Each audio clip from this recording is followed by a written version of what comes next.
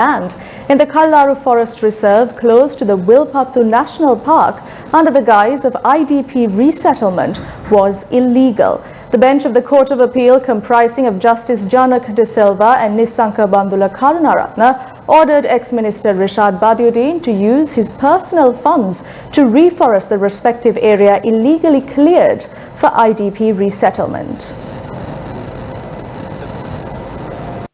The appeal court also instructed MP Badiuddin to pay the cost borne by the petitioners involved in filing the case against him in this regard. The verdict comes after the Centre for Environmental Justice filed a petition against the clearing of the Kallaru Forest Reserve adjacent to the Wilpattu National Park Forest Reserve and construction of a housing project adjoining the national park. The Ministry of Wildlife and Department of Forest Conservation was ordered to monitor the reforestation process by Rishad Badiuddin and report to court. Badiuddin is currently imprisoned on charges of violating the Presidential Elections Act by misappropriating public funds to the tune of 9.5 million rupees when he was the Minister of Industry and Commerce. Today is a really special day because this is a verdict that we have been waiting for a very long time.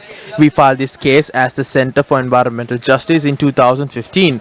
Earlier too, there was a transfer of judges after setting a date for the verdict. After that, the case was heard before a new panel of judges and the verdict was given today. Meanwhile, the Gazette notification signed by former President Maithripala Sirisena to expand the Singharaja forest to 36,474 hectares from 11,000 hectares has been printed and published. The former president on his official Facebook page says that it is the duty and responsibility of all of us to safeguard Mother Earth for future generations. The former president said that today is a victory for all those who love Mother Nature, including himself. The former president on his Facebook post further said that he would like to thank all nature lovers and all those who have constantly shared their views on conserving and enhancing the Singharaja forest, which is regarded as one of the 10 largest tropical rainforests in the world. 311 COVID-19 patients recovered today, taking the total number of recoveries to 11,806. The total number of COVID-19 cases reported in the country increased to 17,516. There are 5,652 people currently receiving medical care. 58 deaths have been reported in the country thus far. As of 8:30 p.m. today, 119 COVID-19 cases were reported from the area that comes under the purview of the Colombo Municipal Council. The epidemiologist of the CMC, Dinuka Guruge, said 1,000 PCR tests have been conducted in this area. Meanwhile, Prisons Commissioner Chandana Ekanayaka said that an inmate tested positive yesterday and she was identified through the PCR test that was done the day before. As of now, 438 inmates and 12 prison officials have contracted the virus. The restrictions imposed on leaving the Western Province were lifted from midnight last night. However, 5 police jurisdictions came under isolation with effect from 5 a.m. today, in addition to 12 other areas that have already been isolated. 704 COVID-19 patients were detected in the country yesterday, with 541 of them being from the Colombo district. This is the highest number of COVID-19 patients detected from the Colombo district in a single day. Since the 4th of October, 5,668 COVID patients have been identified from the Colombo district. 39 patients were identified from the Gampaha district yesterday, raising the total number of infections recorded in the area since the 4th of October to 4,956.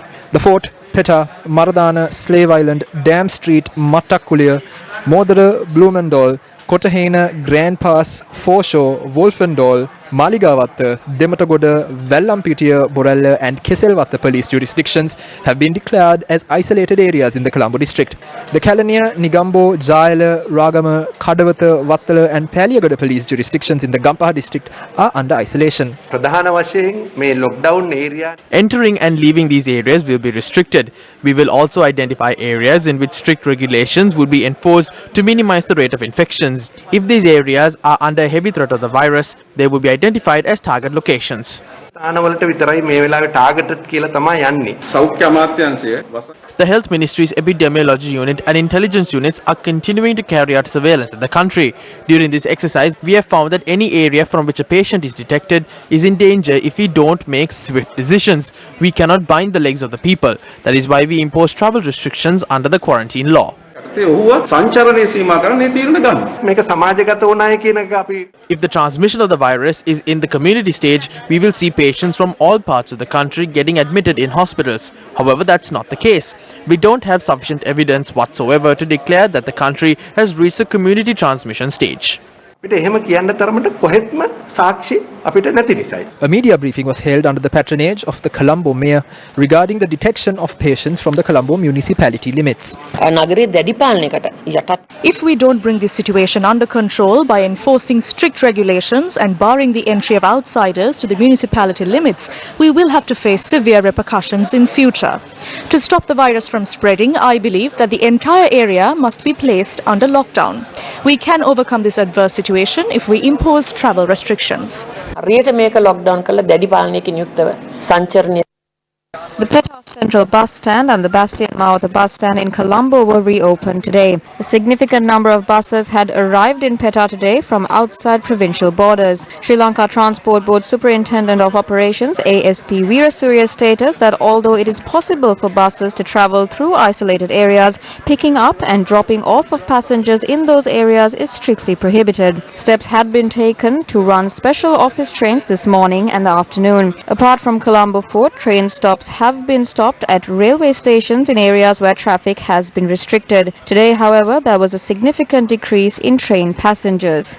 පිටස්තර යම් ප්‍රදේශයක සිට It is possible to come to Colombo from an outstation area and travel to another destination. However, there is no opportunity to travel around the Petah and Fort areas as usual. Again, a plan is to be drawn up in this regard and a decision is to be taken on the continuation of the wholesale trade. මේ සම්බන්ධයෙන් සැලසුමක් සකස් කර තොග වෙළඳාම් පවත්වාගෙන යාම පිළිබඳව තීරණයක් ගැනීමට නියමිතව තිබේ.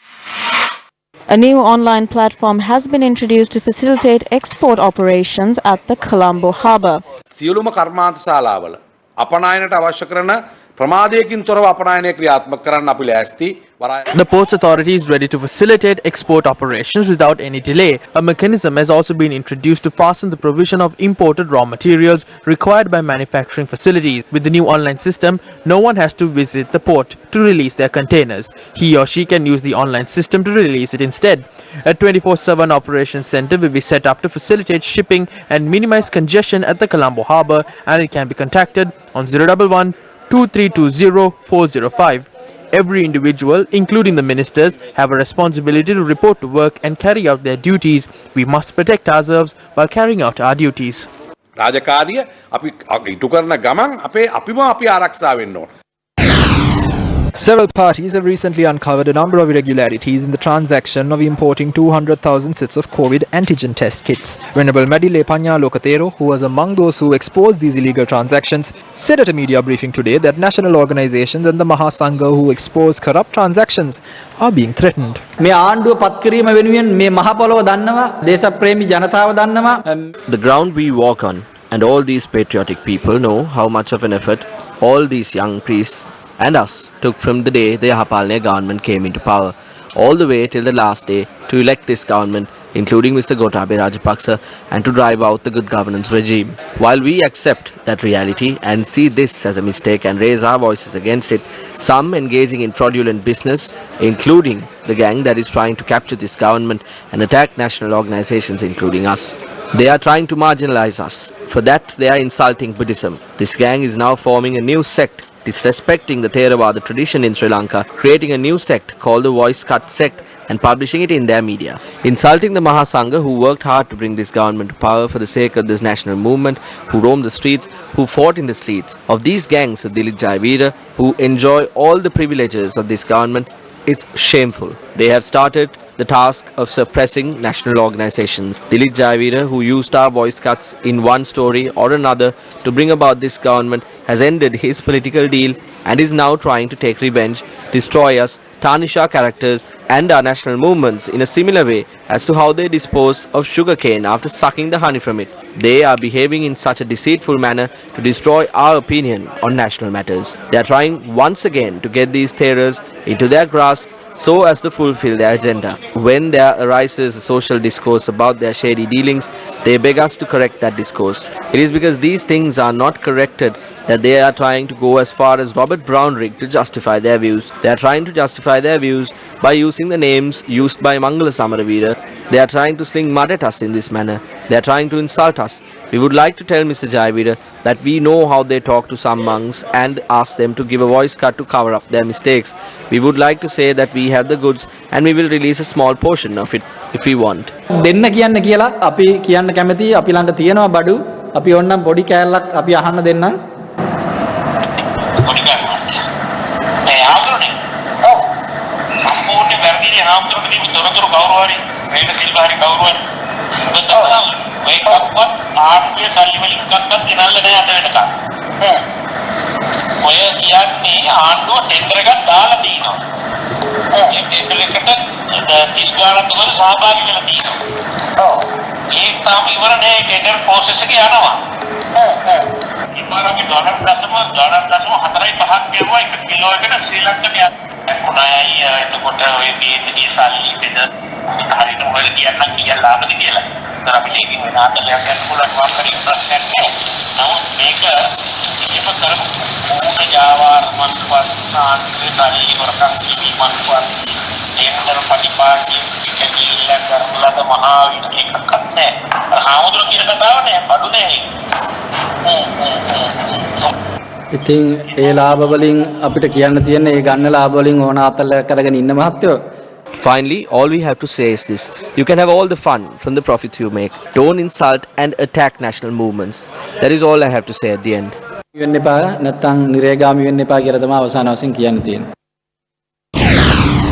Meanwhile, views were expressed about the controversial PCR machine at the Mullaeriyawa base hospital. Kalutara දිස්ත්‍රික්කයේ ආපු සාම්පල් මම හිතන්නේ 1000කට කිට්ටු ගාණක්. We have learned that approximately 1,000 samples of PCR tests that were carried out at the Kalutara district have piled up at various locations and a majority are at the laboratory in the Mullaeriyawa base hospital. If there is a delay in the operations at the Mullaeriyawa base hospital, these samples should be redistributed to other laboratories. We cannot go forward with expired samples. ප්‍රතිඵලත් එක්ක අපි රටක් විදිහට නිවැරදි තීරණ ගන්න බෑ. දැන් අද වෙනකොට නැවත සෞඛ්‍ය අමාත්‍යාංශම ප්‍රකාශ කරනවා මේ මුල්ලේරියාව රසායනාගාරයේ තියෙන යන්ත්‍රය නැවත කැඩිලා. The Ministry of Health has announced that the PCR machine at the Mullaeriyawa base hospital has broken down once again. Particularly the Chinese embassy in Sri Lanka was constantly stressing via social media platforms that the PCR machine was not broken and it was not functioning properly because of a certain deficiency. Never a day have we witnessed a foreign embassy taking a matter related to lab equipment to social media. However, it was the Chinese embassy that responded to most of the concerns we raised. In our view, we are suspicious as to whether the PCR machine was a gift or purchased for 250 million rupees. The issue concerning the laboratory at the Mullaeriyawa base hospital is serious. They are still attempting to get down a new machine to replace the current one. Bringing the same type of machine to replace this is going to push the Mullaeriyawa laboratory into a further crisis. It is unfair to ask us to increase when we are compelled to work with inefficient machines. මේවැනි යන්ත්‍රත් එක්ක අපිට වැඩ කටයුතු කරන්නට කියලා ඉවර වෙලා අවශ්‍ය ධාරිතාව අපෙන් ඉල්ලන එක ඉතා The 5,000 rupee allowance offered by the government is of strength for families that have lost their mode of income due to the COVID-19 pandemic. However, residents of Udabaddawa, Ilippugamuwa, Vilakola and other villages lament that their names have been excluded from the list of beneficiaries. Villagers who gathered outside their divisional secretariat seeking justice today said the reason behind the move remains unknown. කරගන්න බැරි දුගී දුප්පත් හුඟක් මාසම් වෙච්ච කට්ටිය ඉන්නවා. ඒ කට්ටියට තමයි මේ මුදල් ලැබිලා නැත්තේ. මේකට කියන්න ආවම අපි ඇතුළට ගන්නේ නැහැ. අපේ කතාව ප්‍රශ්නේ අහන්න කැමතිත් නැහැ. මේක දේශපාලන පලි ගැනීමක්ද මොකක්ද කියන්නේ අපි දන්නේ නැහැ. මට මේ දැන් අවුරුදු 80ක් යනකොට රස්සාවක් කරන්න බෑ. මම මේ මුරයක් කරනවා සෑ කඩේක ගිහිල්ලා. මට ඒ පන්දා දුන්නේ නැහැ. මට නෑකුව රස්සාවක් කරනවා කියලා. The grief-stricken villagers were not allowed to enter the Udabaddawa divisional secretariat to discuss their problem. කොහොමද මේකට යන්න දෙන්නේ නැද්ද? නෑ. අපි 5000 මෙතනින් ගන්න නෙමෙයි ආවේ අපේ ප්‍රශ්නේ අපි ඉදිරිපත් කරන්න. The frustrated villagers forcibly entered the premises of the divisional secretariat. Hey. Okay now? හරියට තියන්නද? මේ බලන්න මාත්‍ය දුක් විඳින මිනිස්සුયો. මොකද්ද මේ? යන්න බැර උදේ ගෙවල් ගානේ ගිහිල්ලා කට්ටියට කියලා ගාම එක්කන් ආවේ මේ දැන් අවම වශයෙන් ඕගොල්ලෝ ගමේ මේ ප්‍රශ්නය පිළිබඳ ගැටලුවක් තියෙනවා කියලාවත් අපිට එන්න ඕනනේ. අපි ඒක තමයි හරි. අපි ඒකට කටයුතු කරන්නේ. ඒ එහෙම ගැටලුවක් තිබුණා කියලා සර්ට කවදාකවත් ග්‍රාමසේවක මහත්තයා ඇවිල්ලා ඔයාලට කියන්නේ නැහැ නේ. නෑ. අපි මේ ගැටලු හොයලා බලන්න. සාධාරණ ඉල්ලීමට කන් දෙන එක තමයි අපි මේ කරන්නේ. අපි කියන්නේ අපිට ඒක ලිඛිතව දෙන්න. අපි ඒක සලකලා බලන්න. නෑ අපකොට කොටකට දෙන්න පුළුවන් නම් අපි ආදන නොමැතිව අපි මොකටද දෙන්නේ? අවුරුදු 70 වෙනි මොකටද දෙන්නේ? හරි දැන් ඔයාලා යන්න බැහැ. නිරෝධායන නීතිය කඩ වෙන්නේ නැස කටි මීටර හිටියේ. අර එයා අපුණ තියෙන තමයි ඒ නීතියක් කඩුනේ. නැත්නම් නිරෝධායන නීතිය කඩුනේ නැහැ. පොලිසියෙන් ගෙන්නවන පස්සේ තමයි මේගොල්ලෝ එළියට ආවේ. අරයාගේ පංගුවට මෙයාගේ පංගුවට කියලා. Officers attached to the Dumala Surya police station took steps to evacuate protesters from the area. However, the adamant villagers staged a protest opposite the Udabadava divisional secretariat.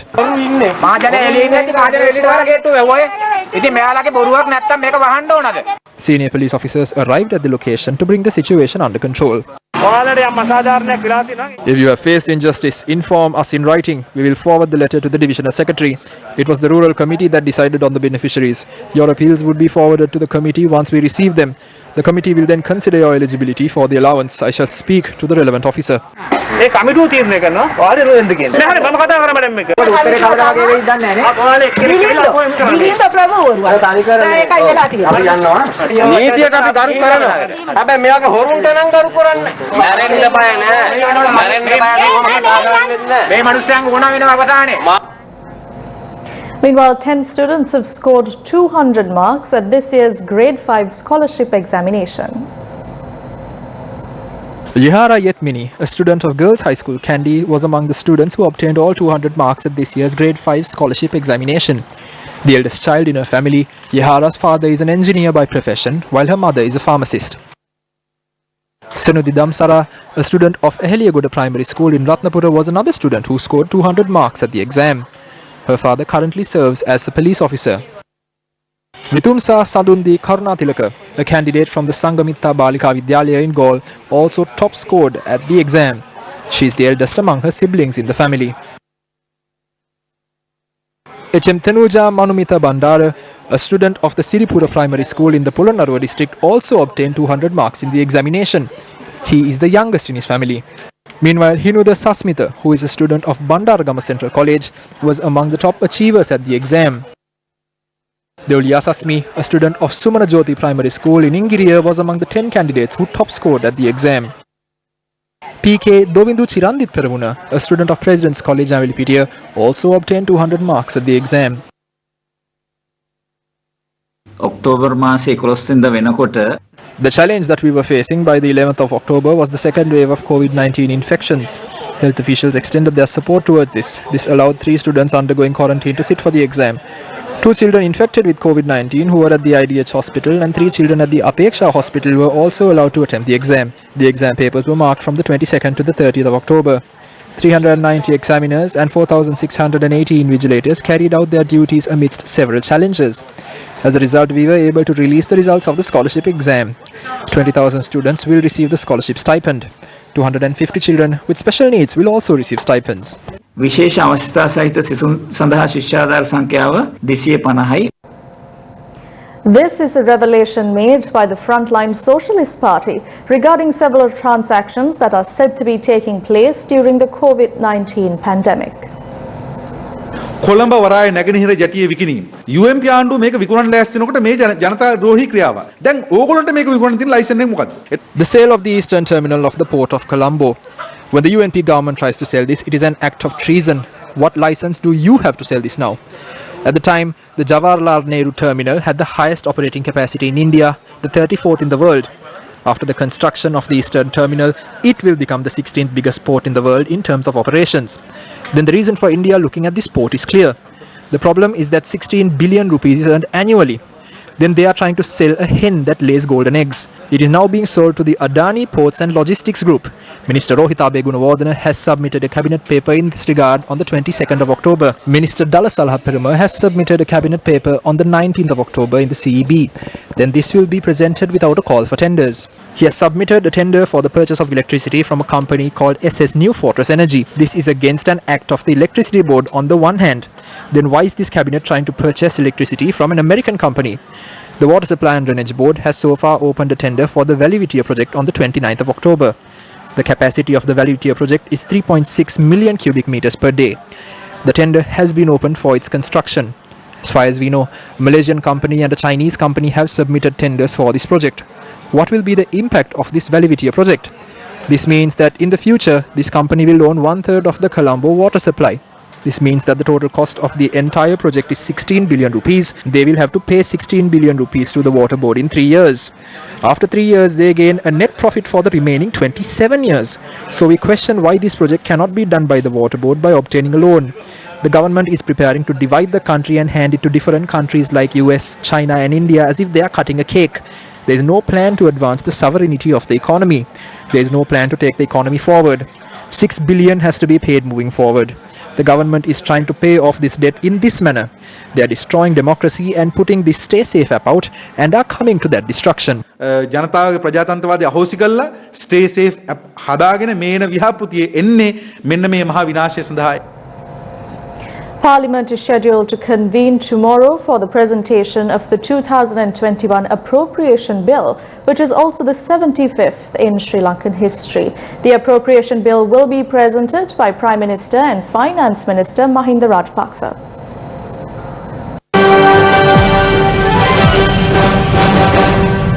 The budget is the more popular name for what parliamentarians refer to as the Appropriation Bill.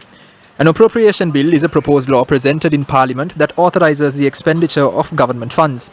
The draft appropriation bill for the year 2021 was tabled in Parliament on the 20th of October this year. According to the draft appropriation bill, total government expenditure for the 2021 year is estimated to reach rupees 2.678 trillion, which is an increase of 5.5% compared to government expenditure previous year. Parliament is scheduled to convene at 1:40 p.m. tomorrow, where Finance Minister Mahinda Rajapaksa will present the appropriation bill along with a detailed explanation on the allocations made to individual expenditure heads of ministries and the proposed measures to raise government revenue. The second reading of the appropriation bill is also called the budget speech. The COVID-19 outbreak since March this year has hampered government revenue generation, while additional outflows to support health and social welfare activities has added to the burden shouldered by the government. Against such a backdrop, the budget for 2021 is bound to be critical. The government has planned on raising debt amounting to rupees 2.9 trillion to finance next year's budget deficit. A special feature of the budget for the next year is the fund allocations made to cabinet ministries as well as state ministries. The highest budget allocation of rupees 355 billion has been made to the Ministry of Defence, while rupees 152 billion has been allocated to its State Ministry of Internal Security, Home Affairs and Disaster Management. Rupees 271 billion has been allocated to the Ministry of Public Services, Provincial Councils and Local Government, while rupees 338 billion has been allocated to its State Ministry.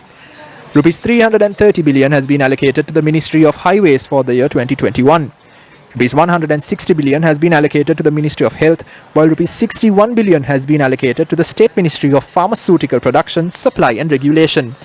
The second reading debate of the budget will be held from the 18th to the 21st of this month following the presentation of the budget speech by the Prime Minister. The vote on the second reading will take place on the 21st of November at 5 p.m.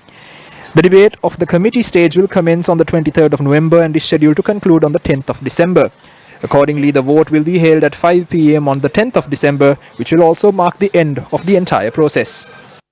Join KPMG in Sri Lanka for an in-depth discussion on the budget proposal for 2021, which will commence with a keynote address by Honorable Ajit Niwat Kapral, State Minister of Money and Capital Markets and State Enterprise Reforms, followed by a panel discussion focusing on initial analysis of the government's budget proposals for 2021 and its impact on the different sectors of the economy. Visit www.kpmg.com/lk for more information. Watch it live on the Newsfirst Facebook page on the 18th of November at 8:30 a.m.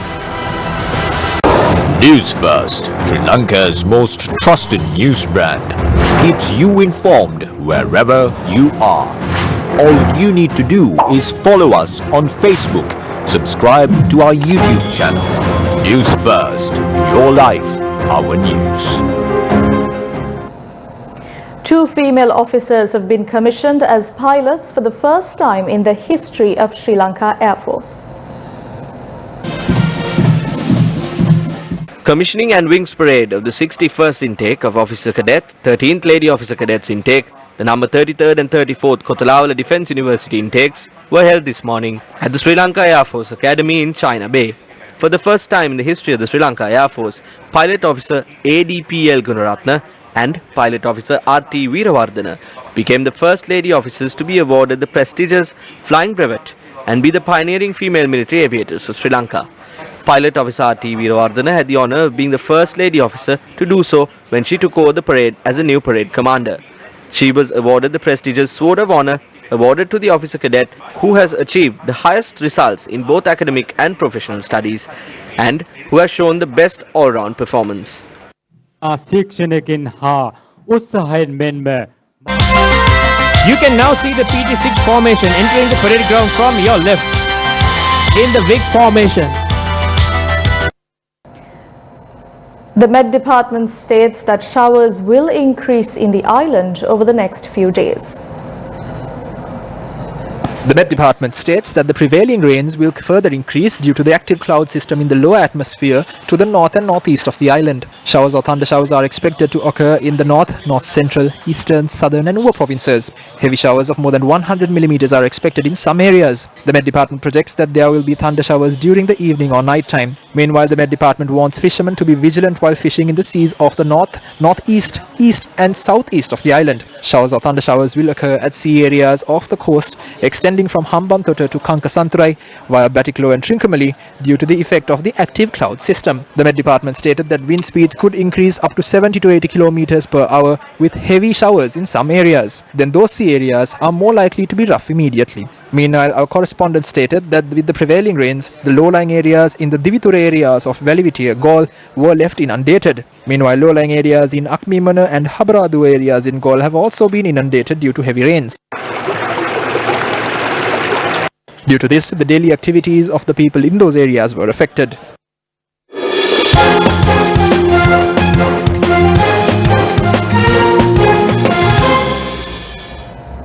Former national cricketer Arjuna Ranatunga has addressed a letter to Sports Minister Namal Rajapaksa regarding the Lanka Premier League tournament.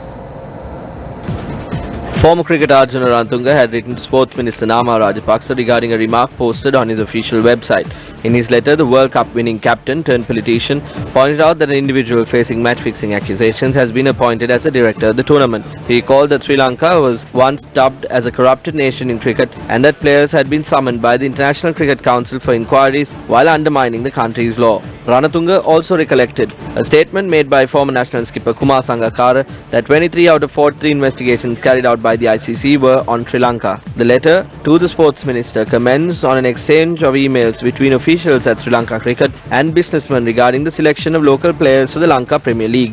Ranatunga had also expressed his views on the current situation faced by Sri Lanka A-team coaches Avishka Gunawardena and Nuwan Soisa. He also drew the attention of the sports minister to the failure of the owners of the Lanka Premier League tournament to settle their payments. Ranatunga insisted that some individuals had objected the Prevention of Offences Related to Sports Act that was passed in Parliament under the previous government, leading to the establishment of a special police unit.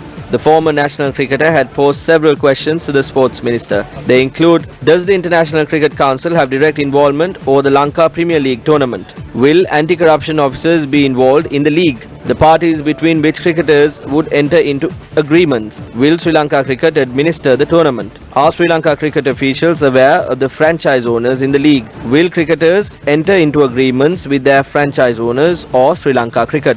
Arjuna Ranatunga pointed out that the involvement of ICC officials in the tournament will ensure transparency and requested the sports minister to pay attention to his request made in the capacity of a former national cricket captain. He expressed sincere hope that the sports minister would pay attention to these concerns.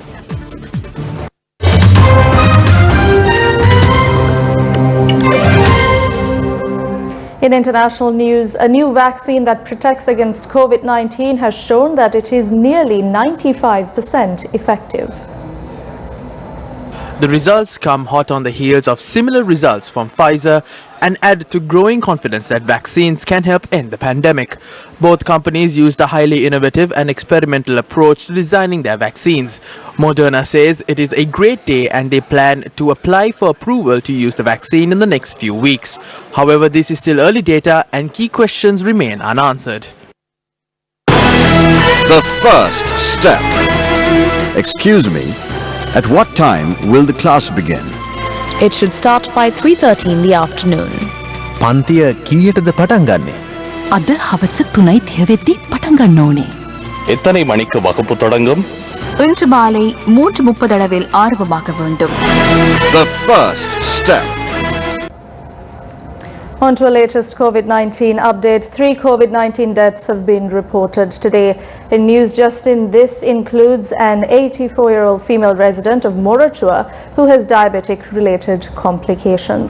A 70-year-old male resident of Colombo 10 who was receiving treatment at the IDH hospital has also succumbed to the virus. And a 75-year-old male who was a resident of Colombo 13 and who also had previous health complications.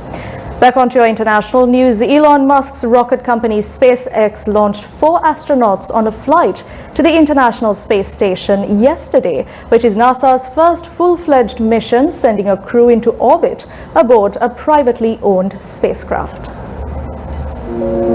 SpaceX newly designed Crew Dragon capsule, which the crew has dubbed Resilience, lifted off atop a SpaceX Falcon 9 rocket at 7:27 p.m. Eastern Time from NASA's Kennedy Space Center in Cape Canaveral, Florida.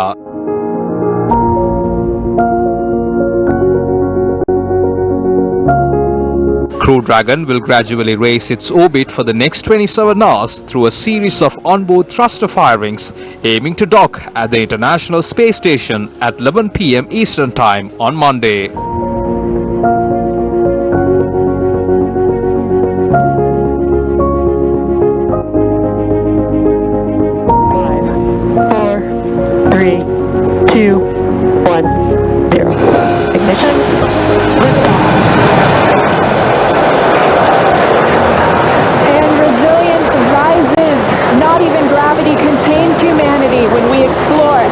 One for all.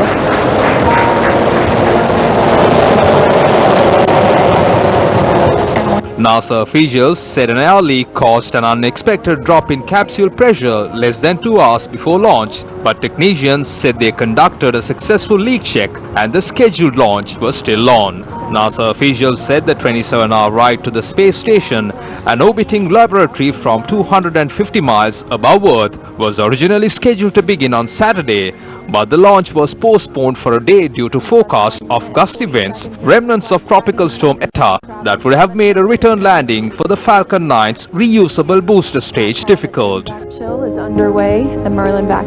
Join KPMG in Sri Lanka for an in-depth discussion on the budget proposal for 2021, which will commence with a keynote address by Honorable Ajit Nivad Kabral, State Minister of Money and Capital Markets and State Enterprise Reforms, followed by a panel discussion focusing on initial analysis of the government's budget proposals for 2021 and its impact on the different sectors of the economy.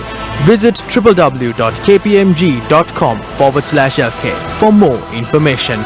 Watch it live on the Newsfirst Facebook page on the 18th of November at 8:30 a.m. And that's a wrap of Primetime News for tonight. For the Newsfirst team, I'm Dasni Atada, along with our interpreter, Brian De Cruz, who joined us via Zoom this evening. Reminding you once again to be safe and be a responsible citizen. Good night.